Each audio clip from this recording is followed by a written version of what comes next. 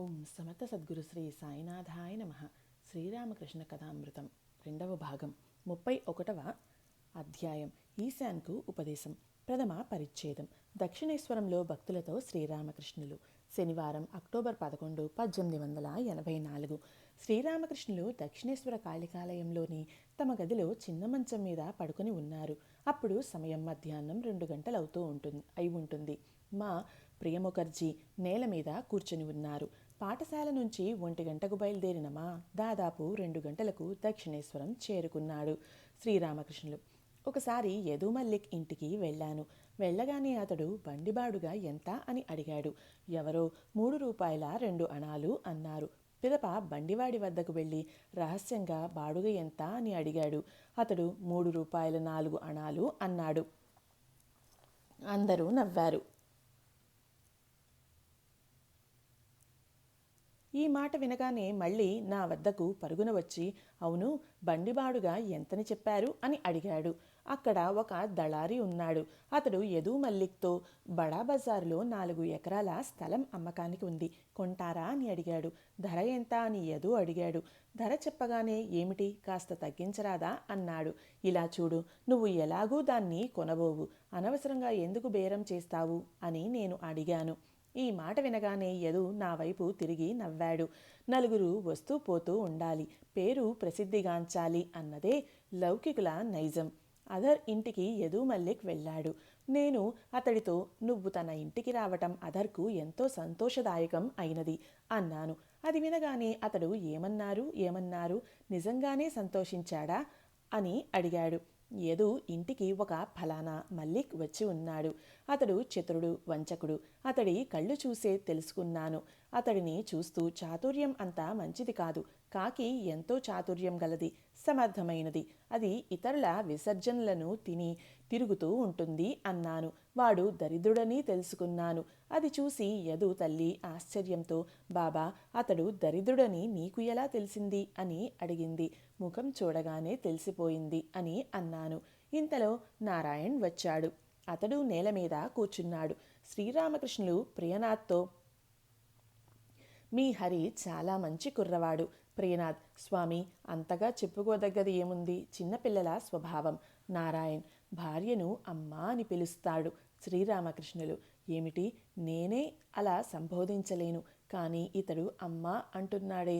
ప్రియనాథ్తో, విషయం ఏమిటో తెలుసా, కుర్రవాడు శాంత స్వభావుడు, మనస్సు భగవంతుని కోరుతోంది. శ్రీరామకృష్ణులు ఇతర విషయాలను గురించి మాట్లాడసాగారు. శ్రీరామకృష్ణులు ఏం చెప్పాడో తెలుసా, భగవంతుడు ఒక్కడే సత్యం, మిగిలినదంతా మిథ్య అని బాబూరాంతో చెప్పాడు. అందరూ నవ్వారు. అవును, చిత్తశుద్ధితోనే చెప్పాడు. దానికి తోడు నన్ను తన ఇంటికి తోడ్కొని వెళ్ళి కీర్తనలు పాడి వినిపిస్తాను అన్నాడు. కానీ అది జరగలేదు. నేను తాళాలు మృదంగాన్ని చేతపుచ్చుకుంటే జనం ఏమనుకుంటారు అని తర్వాత ఏదో చెప్పాడట. జనం తనను పిచ్చివాడి కింద జమకడతారని అతడి భయం. గోష్పారా స్త్రీ, హరిపదుడు, కౌమార వైరాగ్యం. హరిపదుడు ఒక గోష్పారా వనిత వలలో చిక్కుకున్నాడు. ఆమె అంత సులభంగా వదిలిపెట్టే రకం కాదు. ఇతడి ఒడిలో ఉంచుకొని అన్నం పెడుతుందట. గోపాల భావనో ఏదో అట. నేను అతన్ని పలుమార్లు హెచ్చరించాను. అది వాత్సల్య భావన అంటుంది ఆమె. ఈ వాత్సల్య భావమే పిదప తాత్సల్య భావంగా, అనగా తుచ్చభావంగా పరిణమిస్తుంది. విషయం ఏమిటో తెలుసా, స్త్రీల నుండి దూరంగా ఉండాలి. అప్పుడే భగవదనుభూతికి అవకాశం ఉంటుంది. దురుద్దేశపరులైన స్త్రీల వద్దకు వెళ్ళడం, వారి చేతుల మీదుగా తినటం హానికరం. వీళ్ళు ఆధ్యాత్మికతను హరించి వేస్తారు. ఎంతో అప్రమత్తంగా ఉంటేనే భక్తిని పరిరక్షించుకోగలిగేది. ఒకరోజు భవనాథ్, రాకాల్ తదితరులు అంతా చేరి అన్నం వండారు. భోజనానికి వాళ్ళు కూర్చున్నప్పుడు ఒక బాబుల్ వచ్చి వారి పంక్తిలోనే కూర్చుని, నాకు భోజనం పెట్టండి అన్నాడు. అన్నం సరిపోదు, మిగిలితే నీకు పెడతారు అని చెప్పాను. అంతే, కోపంతో అతడు వెళ్ళిపోయాడు. విజయదశమి రోజున ఎవరు పడితే వారు వచ్చి ఎవరికంటే వారికి నోట్లో అన్నం పెడుతూ ఉంటారు. కానీ అది మంచిది కాదు. శుద్ధ సత్వ భక్తుల చేతుల మీద నుంచి తినవచ్చు. స్త్రీల పట్ల ఎంతో జాగ్రత్త వహించాలి. గోపాల భావన వగైరాలు నమ్మకు. స్త్రీ ముల్లోకాలను మింగివేస్తుంది అన్నది లోకోక్తి. ఒకడు యువకుడై అందగాడైతే పలువురు స్త్రీలు అతడి మీద ఒక కొత్త మాయ వలను విసురుతారు. పైగా దీన్ని గోపాల భావన అని కూడా చెబుతారు. కౌమారంలోనే వైరాగ్యం అలవర్చుకున్న వారు బాల్యం నుండే భగవంతునికై పరితపించేవారు.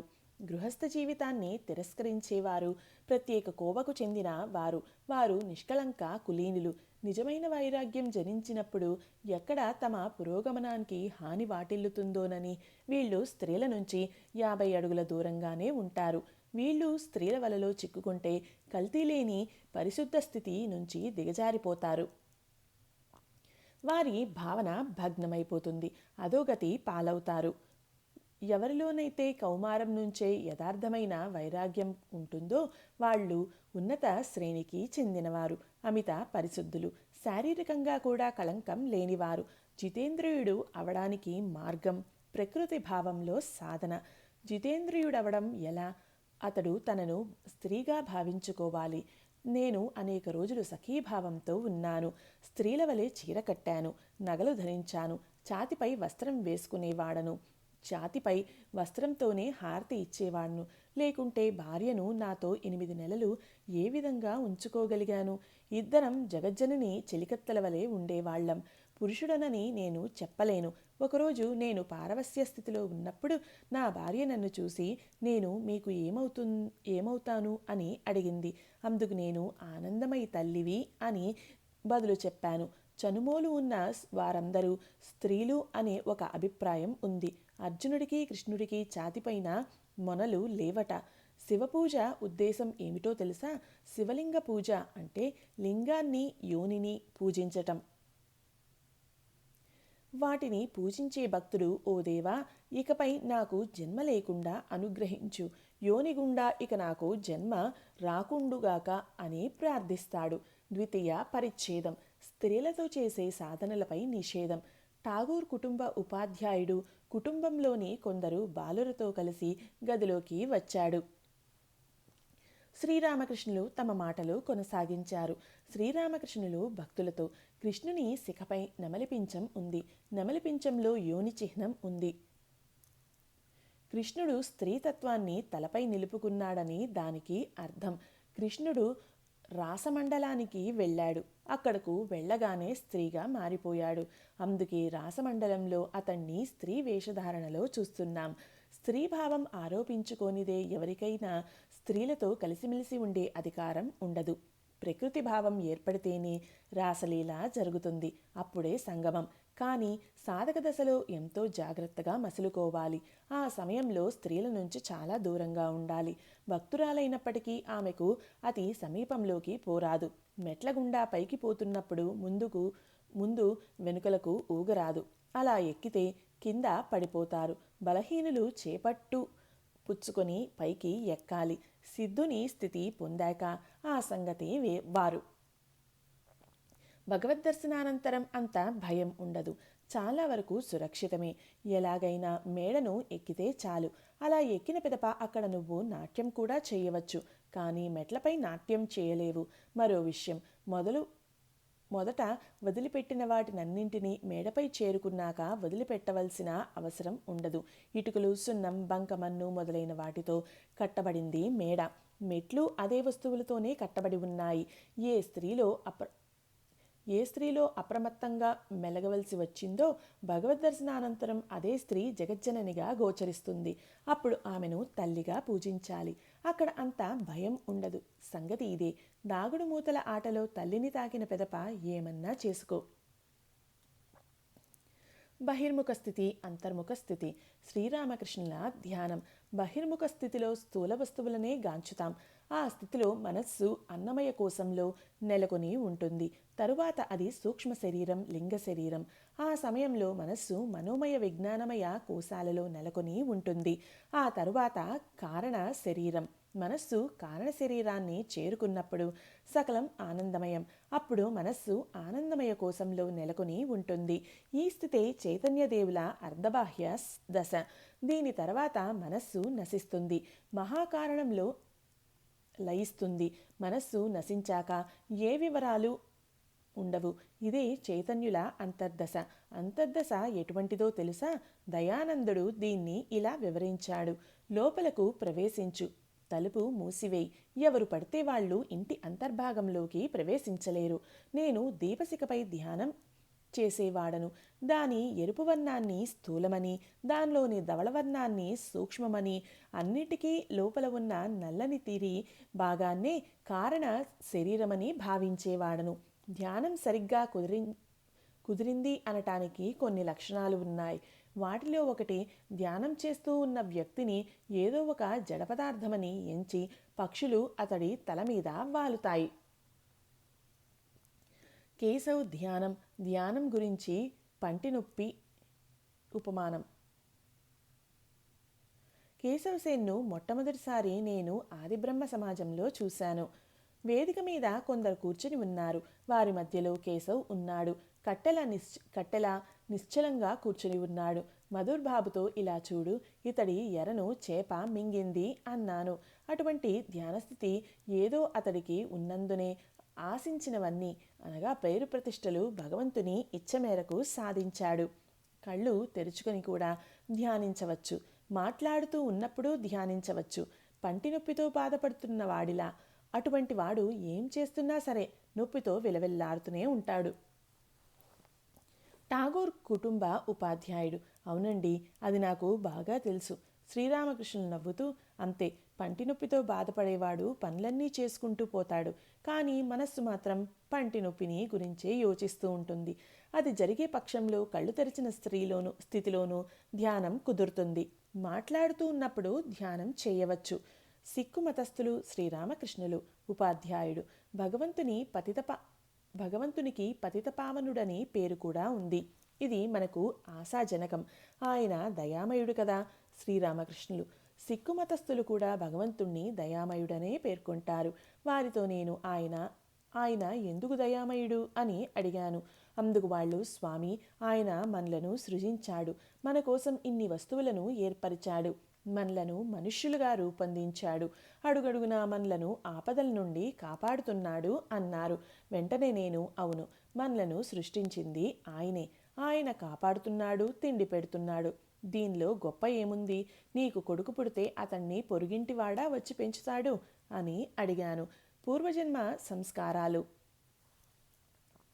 లాలాబాబు, రాణి భవానీ. ఉపాధ్యాయుడు. స్వామి, కొందరికి సత్వరం సిద్ధిస్తుంది, కొందరికో అలా సిద్ధించదు. అలా ఎందుకు అవుతుందో తెలియచేయండి.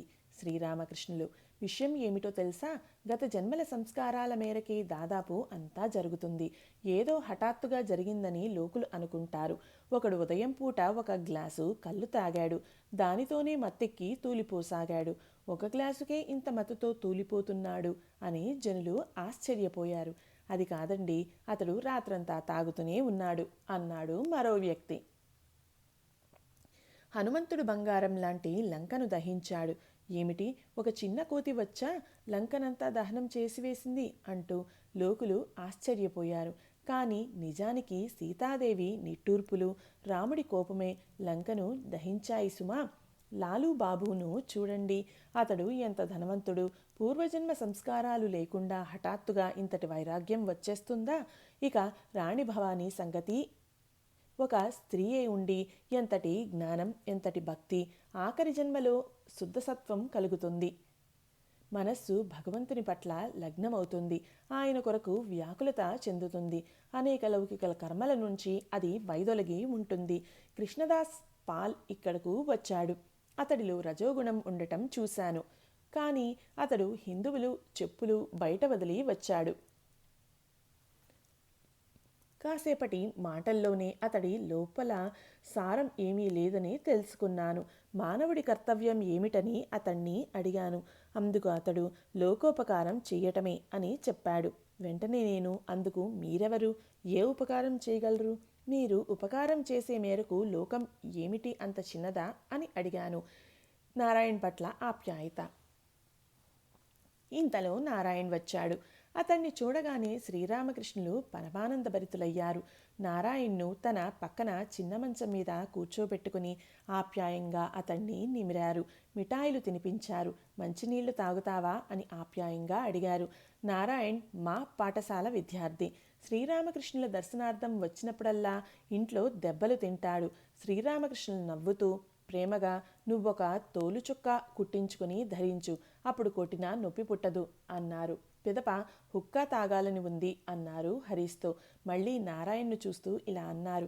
హరిపదుణ్ణి కుమారునిగా చూచుకుంటూ ఉన్న ఆ స్త్రీ నాడు వచ్చింది. నేను హరిపదుణ్ణి బాగా హెచ్చరించి పంపాను. ఆమె గోష్పారా సంప్రదాయస్తురాలు.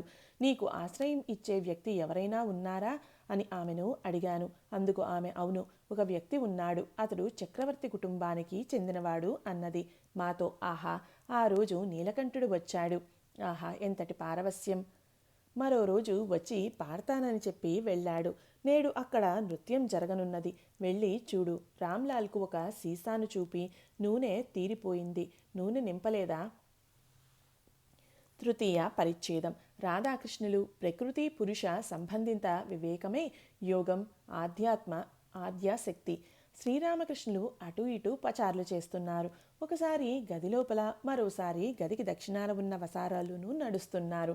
ఇంకోసారి పశ్చిమాన ఉన్న అర్ధచంద్రాకార మొగసాలలో నిలబడి గంగను చూస్తున్నారు. సాంగత్య ఫలం. పటాలు, చెట్లు, పిల్లలు.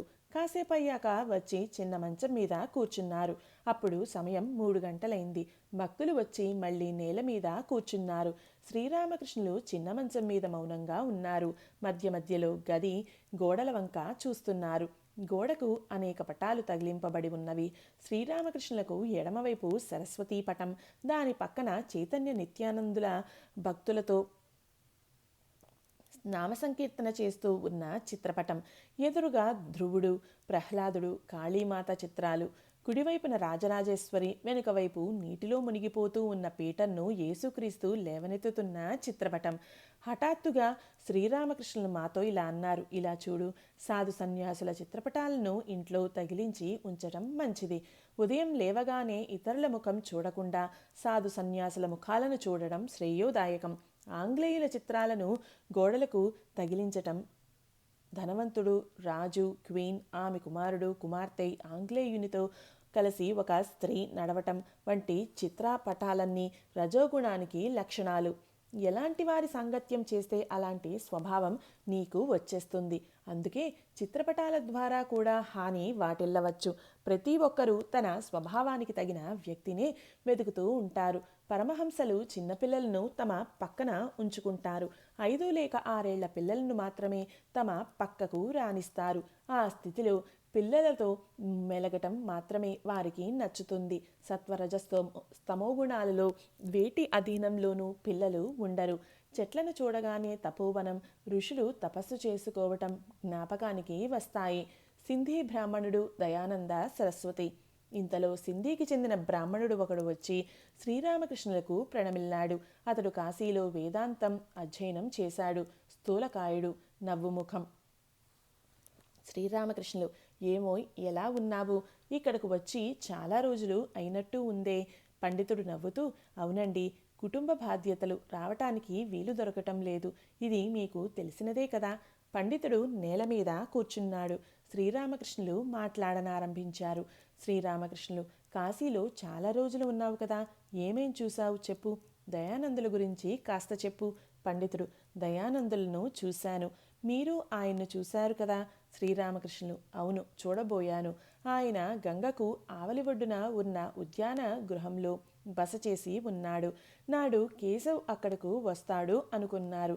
అతడి రాకకై ఆయన చాతక పక్షిలా నిరీక్షిస్తూ ఉన్నాడు. గొప్ప పండితుడు. వంగభాషను గౌరాండ భాష అంటూ హేళన చేశాడు.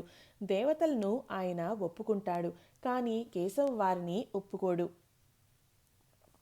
భగవంతుడు ఇన్ని వస్తువులను సృష్టించాడు, దేవతలను సృష్టించలేడా ఏమిటి అంటూ ఉంటాడు దయానందుడు. ఆయన నిరాకారవాది. కెప్టెన్ రామ్ రామ్ అంటూ ఉచ్చరిస్తూ ఉండటం చూసి వ్యంగ్యంగా, దానికంటే మిఠాయి మిఠాయి అని ఉచ్చరించు, అది మేలు అన్నాడు. పండితుడు. కాశీలో పలువురు పండితులు దయానందులతో తీవ్రంగా వాదించారు. చివరకు పండితులందరూ ఒకవైపు, ఈయన మాత్రం మరోవైపు అయిపోయారు. ఎలాగైనా బతికి బయటపడితే చాలు అన్న స్థితికి వచ్చేశారు ఈయన. అందరూ ముక్తకంఠంతో యదుక్తం దయానంద తద్దేయం అనగా దయానందుడు చెప్పేదంతా తృణీకరించాలని అర్థం అంటూ కేకలు పెట్టారు. థియోసఫీ, శ్రీరామకృష్ణులు భక్తిని అన్వేషిస్తున్నారా? కల్నల్ ఆల్కాట్ను కూడా చూశాను. మహాత్ములు ఉన్నారు. చంద్రలోకం, సూర్యలోకం, నక్షత్రలోకం అన్నీ ఉన్నాయట. సూక్ష్మ శరీరంతో ఆ లోకాలకు పోవచ్చునట. ఓ ఆల్కాట్ మరెన్నో ఇటువంటి విషయాల గురించి మాట్లాడాడు. మంచిది స్వామి, థియోసఫీ గురించి మీరు ఏమనుకుంటున్నారు? శ్రీరామకృష్ణులు: భక్తి, భగవంతుని పట్ల భక్తి మాత్రమే సారం. వాళ్ళు భక్తిని అన్వేషిస్తున్నారా? అలా అయితే మంచిది. చంద్రలోకం, సూర్యలోకం, నక్షత్రలోకం, మహాత్ములు అని చింతన చేస్తూ ఉంటే భగవంతుని కనుగొనలేరు. భగవంతుని పాదపద్మాల పట్ల భక్తి జనింప సాధనలు చేయాలి. మనోవ్యాకులతతో ప్రార్థించాలి. మనస్సును నానా విషయాల నుంచి తప్పించి భగవంతుడి వైపుకే మళ్లించాలి. ఇలా అంటూ శ్రీరామకృష్ణులు రాంప్రసాద్ పాటనొకదాన్ని పాడారు. శాస్త్రాలలోనూ, దర్శనాలలోనూ, వేదాంతంలోనూ దేనిలోనూ భగవంతుడు లేడు. ఆయన కోసం మనస్సు వ్యాకులత చెందకుండా ఏదీ జరగదు. ప్రగాఢ వ్యాకులత కావాలి. ఈ పాట వినండి. సాధనే ప్రధానం. సాధనలు తప్పక చేసి తీరాలి. భగవద్దర్శనం హఠాత్తుగా కలుగుతుందా ఏమిటి? భగవంతుని చూడలేకపోతున్నానే ఎందుకు అని ఒక వ్యక్తి నన్ను అడిగాడు. అప్పుడు నా మనస్సులో స్ఫురించింది. అతడికి చెప్పాను, పెద్ద చేపను పట్టుకోవాలని ఆశిస్తూ ఉన్నావు. అందుకు కావలసిన ఏర్పాట్లు గావించు. గాలం, ఎర అన్నీ సిద్ధం చేసుకో.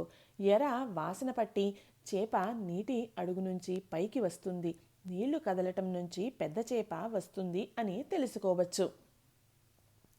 వెన్న తినకోరుతున్నావు. పాలలో వెన్న ఉంది, పాలలో వెన్న ఉంది అని పదే పదే అనటంలో ప్రయోజనం ఏముంది? శ్రమ పడితేనే కదా వెన్న లభించేది. భగవంతుడు ఉన్నాడు, భగవంతుడు ఉన్నాడు అని చెప్పటం వల్ల భగవంతుని దర్శించగలవా? కావలసింది సాధనే. లోకోపదేశార్థం జగజ్జన్యే పంచముండి అనగా 5 మానవ కపాలాలు లేక పలు రకాల మృగాల కపాలాలచే నిర్మితమైన ఆసనం. తాంత్రిక సాధనల్లో దీన్ని ఉపయోగిస్తారు.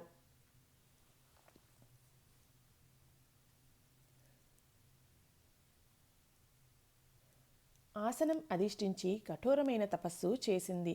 శ్రీకృష్ణుడు పూర్ణ బ్రహ్మ స్వరూపుడు. ఆయనకు కూడా లోకానికి మార్గం చూపటానికై రాధాయంత్రాన్ని రూపొందించి తపస్సు చేశాడు. రాధాకృష్ణులు బ్రహ్మం, శక్తి అభిన్నం. శ్రీకృష్ణుడు పురుషుడు, రాధ ప్రకృతి, చిచ్చక్తి, ఆద్యాశక్తి. రాధ త్రిగుణమయమైన ప్రకృతి. సత్వ రజస్తమో గుణాలు ఆమెలో ఉన్నవి. ఉల్లిపాయను ఒలిస్తే మొదట నలుపు, ఎరుపు కలగలిసిన పొర వస్తుంది. దాని తర్వాత ఎరుపు రంగు పొర, ఆ తర్వాత తెల్లని పొర వస్తుంది. వైష్ణవ శాస్త్రాలలో కామరాధ, ప్రేమరాధ, నిత్యరాధల గురించి పేర్కోబడి ఉంది. చంద్రావళే కామరాధ, శ్రీమతే ప్రేమరాధ. గోపాలుని ఒడిలో ఉంచుకున్న నిత్యరాధను నందగోపుడు చూశాడు. ఈ చిచ్చక్తి వేదాంతం పేర్కొనే బ్రహ్మము వేరు కాదు. నీరు దాని తడితనములాగా. నీటి తడితనాన్ని తలుచుకుంటే నీటిని తలుచుకోకుండా ఉండలేం. అదేవిధంగా నీటిని తలుచుకుంటే దాని తడితనం తలుపుకు వస్తుంది. పాము దాని తిర్యక్ గమనాన్ని తలుచుకుంటే పాము తలుపుకు వచ్చే తీరుతుంది. పాము తలుపుకు వస్తే తిర్యగమనం కూడా తలుపుకు వచ్చే తీరుతుంది. బ్రహ్మమని ఎప్పుడు పేర్కొంటాం? నిష్క్రియ స్థితిలో లేక నిర్లిప్త స్థితిలో అది నెలకొని ఉన్నప్పుడు. వస్త్రం ధరించినప్పుడు అదే మనిషి. దిగంబరుడుగా ఉన్నప్పుడు అదే మనిషి. ప్రస్తుతం వస్త్రం ధరించి ఉన్నాడు, మళ్ళీ దిగంబరుడు అవుతాడు. పాములో విషం ఉంది, కానీ అది పాముకు హాని కలిగించదు. ఎవరిని కాటు వేస్తుందో అతడి శరీరంలోకే విషం ఎక్కుతుంది. బ్రహ్మం వస్తుతః నిర్లిప్తం అయినది.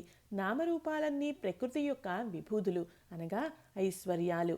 సీతాదేవి ఆంజనేయునితో వత్స, నేను ఒక రూపంలో రాముడను, మరో రూపంలో సీతను, ఒక రూపంలో ఇంద్రుణ్ణి, మరో రూపంలో ఇంద్రాణి, ఒక రూపంలో బ్రహ్మ, మరో రూపంలో సరస్వతి, ఒక రూపంలో రుద్రుడను, మరో రూపంలో పార్వతి, ఇలా నేనే ఉన్నాను అని చెప్పింది. ధ్యానం ధ్యాతతో సహా నామరూపాలన్నీ చిచ్చక్తి యొక్క ఐశ్వర్యాలే. నేను ధ్యానం చేస్తున్నాను అనే భావన ఉన్నంత వరకు నేను శక్తి ఇలాకాలోనే ఉంటాను మాతో. వీటినన్నింటినీ బాగా అర్థం చేసుకో, వేదాలను పురాణాలను వినాలి అని అవి పేర్కొన్న వాటిని జీవితంలో ఆచరించాలి. పండితునితో మధ్య మధ్యలో సాధు సాంగత్యం మంచిది. విషయాసక్తత అనే దీర్ఘకాలిక రోగం మనిషికి వాటిల్లింది. సాధు సాంగత్యం దీన్ని అధిక మేరకు నయం చేస్తుంది. భగవంతుడే నీ సొంతవాడు, తక్కిన వాళ్ళెవ్వరూ కాదు. గురు శిష్యుల కథ. నేను నాది, ఇదే అజ్ఞానం. ఓ భగవంతుడా, నువ్వే అంతా చేస్తున్నావు. నువ్వే నాకు అత్యంత ఆత్మీయుడవు.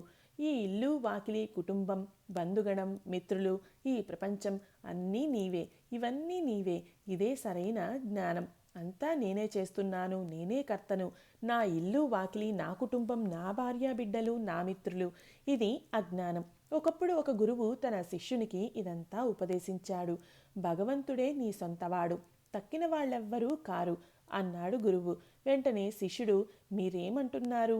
నా తల్లి నా భార్య నన్నెంతో ఆప్యాయంగా చూసుకుంటున్నారు. క్షణమైనా నన్ను చూడకుంటే వాళ్లకు లోకమే చీకటైపోతుంది. వాళ్ళు నన్ను ఎంతగానో ప్రేమిస్తున్నారు అని అన్నాడు. అందుకు గురువు, ఇవన్నీ నీ పొరపాటు అభిప్రాయాలు. వీరిలో ఎవరూ నీకు ఆత్మీయులు కారని నేను నిరూపించి చూపుతాను. ఇదిగో ఈ మాత్రలు కొన్ని ఉంచుకో. ఇంటికి వెళ్ళి వీటిని మింగి పడుకో. నువ్వు చనిపోయినట్లుగా కనపడతావు. అందరూ అట్లే భావిస్తారు. కానీ నీకు స్పృహ ఉంటుంది, వినగలవు, చూడగలవు. అప్పుడు నేను వస్తాను అన్నాడు. శిష్యుడు ఇంటికి వెళ్ళి మాత్రలు మింగాడు. పిదప స్పృహలో లేనట్లు పడిపోయాడు. తల్లి భార్య బంధువులు అందరూ బోరున ఏడవసాగారు. ఆ సమయంలో గురువు ఒక వైద్యుని వేషంలో అక్కడకు వచ్చాడు. అంతా వివరంగా విన్న తర్వాత, మంచిది, దీనికి మందు ఉంది, ఇతన్ని బ్రతికించవచ్చు. కానీ ఒక విషయం, ఈ మందును మొదట మీలో ఎవరు ఒకరు పుచ్చుకోవాలి. ఆ తరువాతే అతడికి ఇవ్వవలసి ఉంటుంది. కానీ మొదట పుచ్చుకున్న వ్యక్తి మరణిస్తాడు. ఇక్కడ అతడి తల్లి భార్య ఇంకా అందరూ ఉన్నారు. ఒకరు కాకుంటే మరొకరైనా తప్పక ఈ మందు పుచ్చుకుంటారు. దానిలో సందేహం లేదు. మీరు పుచ్చుకోగానే ఇతడు బతుకుతాడు అన్నారు. శిష్యుడు అంతా వింటూనే ఉన్నాడు. వైద్యుడు ముందుగా తల్లిని పిలిచాడు. నేలపై పొర్లాడుతూ విలపిస్తూ ఉన్న తల్లిని చూసి వైద్యుడు, అమ్మా, ఇక నువ్వు విలిపించనక్కర్లేదు. ఈ మందు పుచ్చుకో, నీ కొడుకు బతుకుతాడు, కానీ నువ్వు చనిపోతావు అన్నాడు. మందు చేతనుంచుకొని తల్లి ఆలోచనలో పడింది. తర్వాత ఏడుస్తూ, అయ్యా, నాకు ఇంకా పిల్లలున్నారు. నేను మరణిస్తే వారిగతి ఏమిటి అని యోచిస్తూ ఉన్నాను. వాళ్లను ఎవరు చూసుకుంటారు? ఎవరు అన్నం పెడతారు? వారిని గురించే బెంగపడుతున్నాను అంది. వైద్యుడు శిష్యుని భార్యను పిలిచి మాత్రను ఆమె చేతిలో పెట్టాడు. ఆమె కుమిలి కుమిలి ఏడుస్తోంది. చేత మాత్రను పుచ్చుకొని ఆమె కూడా దీర్ఘాలోచనలో పడిపోయింది. ఆ మాత్ర వేసుకుంటే తనకు మరణం తప్పదని ఆమె కూడా విన్నది. బాగా యోచించి ఆమె విలపిస్తూనే, ఇలా చూడండి వైద్యుల వారు, ఆయనకు జరగవలసిందేదో జరిగిపోయింది. నేను కూడా చనిపోతే ఈ పసిపిల్లల గతి ఏమవుతుంది? వీరిని ఎవరు సంరక్షిస్తారు? నేను ఈ మందును ఎలా పుచ్చుకోగలను అని అన్నది. ఈలోపు శిష్యుడు పుచ్చుకున్న మందు ప్రభావం తగ్గిపోయింది. ఎవరు ఎవరికి సొంతం కారు అన్న విషయం శిష్యుడు అర్థం చేసుకున్నాడు. చటుక్కున లేచి నిలబడి గురువు వెంట వెళ్ళిపోయాడు. నిజానికి నీకు సొంతమైన వారు ఒక్కరే, అతడే భగవంతుడు అని గురువు అతడితో చెప్పాడు. అందుకే భగవంతుని పాదపద్మాల పట్ల ఏ విధంగా భక్తి కలుగుతుందో, దేని ద్వారా ఆయన మాత్రమే నా సొంతం అని ఆయన్ను ప్రేమించగలమో అది చేయటమే మంచిది. లౌకిక జీవితాన్ని చూస్తున్నారు కదా, అది 2 రోజులకు మాత్రమే. దానిలో ఏదీ లేదు. గృహస్థులు మానసికంగా త్యజించాలి. భక్తి అంతఃపురంలోకి వెళ్ళగలదు, జ్ఞానం వెళ్ళలేదు. పండితుడు నవ్వుతూ, స్వామి, ఇక్కడకు వచ్చినప్పుడల్లా పూర్తి వైరాగ్యం జనిస్తుంది. సంసారాన్ని త్యజించి వెళ్ళిపోవాలని తోస్తుంది. శ్రీరామకృష్ణులు, వద్దు, ఎందుకు త్యజించాలి? మీరు మానసికంగా త్యజించి జీవించండి, అనాసక్తతతో జీవించండి. అప్పుడప్పుడు ఇక్కడకు వచ్చి బస చేయాలని సురేంద్రుడు ఒక పడక తెచ్చుకున్నాడు. 1-2 రోజులు గడిపాడు కూడా. ఆ తరువాత అతడి భార్య పగటిపూట ఎక్కడికైనా వెళ్ళండి, కానీ రాత్రి బయటకు వెళ్ళకూడదు అని చెప్పేసింది. పాపం సురేంద్రుడు ఏం చేయగలడు? ఇప్పుడు రాత్రిపూట ఇక్కడ బస చేయ వీలు లేకుండా పోయింది. చూడండి, శుష్క విచారణతో ఏమిటి ప్రయోజనం? భగవంతునికై వ్యాకులత చెందాలి, ఆయన్ను ప్రేమింప నేర్వాలి. జ్ఞానం విచారణల పురుషుడిలా ఇంటి ముంగిటి గది వరకే పోగలవు, కానీ భక్తి స్త్రీల అంతఃపురంలోకి పోగలదు. ఏదో ఒక భావాన్ని ఆశ్రయించుకోవాలి, అప్పుడే భగవదనుభూతి కలుగుతుంది. సనకాది మునులు శాంతభావాన్ని ఆశ్రయించారు. హనుమంతుడు దాస్యభావం చేపట్టాడు. శ్రీరాముడు సుధాముడు గోపబాలురది సఖ్యభావం, యశోదది వాత్సల్యభావం, అంటే భగవంతుణ్ణి పిల్లవాడిగా భావించడం. రాధది మధుర భావం. ఓ భగవంతుడా, నువ్వు ప్రభువ్వి, నేను దాసుణ్ణి, ఇదే దాస్యభావం. సాధకులకు ఈ భావం చాలా మంచిది. పండితుడు: అవునండి. చతుర్థ పరిచ్ఛేదం. ఈశాన్కి ఉపదేశం, భక్తి, కర్మజ్ఞాన యోగాలు. సింధికి చెందిన ఆ పండితుడు సెలవు పుచ్చుకుని వెళ్ళిపోయాడు. సాయంకాలం కానవస్తోంది. కాళికాలయంలో సంధ్యాహారతులు సూచించే వాద్యనాదాలు ప్రారంభమైనవి. శ్రీరామకృష్ణులు గదిలో ఉన్న దేవుళ్ల పటాలకు నమస్కరించారు. మంచం మీద కూర్చొని అంతర్ముఖులైనారు. కొందరు భక్తులు వచ్చి నేల మీద కూర్చున్నారు. గదిలో నిశ్శబ్దం రాజ్యం చేస్తోంది. 1 గంటసేపు గడిచిపోయింది. ఈశాన్, ముఖోపాధ్యాయ, కిశోరి వచ్చి శ్రీరామకృష్ణులకు ప్రణమిల్లి నేల మీద కూర్చున్నారు. ఈశాన్కు పురశ్చరణాది శాస్త్రవిహిత కర్మలు చేయడం అంటే చాలా ఇష్టం. అతడు ఒక కర్మయోగి.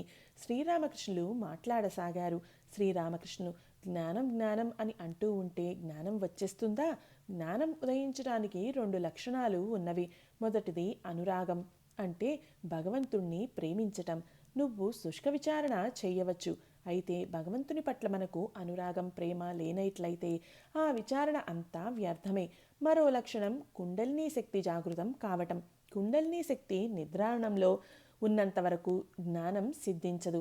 గంటల తరబడి కూర్చొని శాస్త్రాలను అధ్యయనం చేస్తాం, విచారణ చేస్తాం, కానీ అంతరంగంలో మనోవ్యాకులత ఉండదు. ఇది జ్ఞానం యొక్క లక్షణం కాదు. కుండలినీ శక్తి జాగృతమైతే పారవస్యం, భక్తి, ప్రేమ అన్నీ ఉదయిస్తాయి. దీనినే భక్తియోగం అంటారు. కర్మయోగం. ఇక్కడ కర్మయోగం అంటే శాస్త్రవిహిత కర్మలను నిర్వహించడం ద్వారా భగవంతుని ప్రయత్నించడం.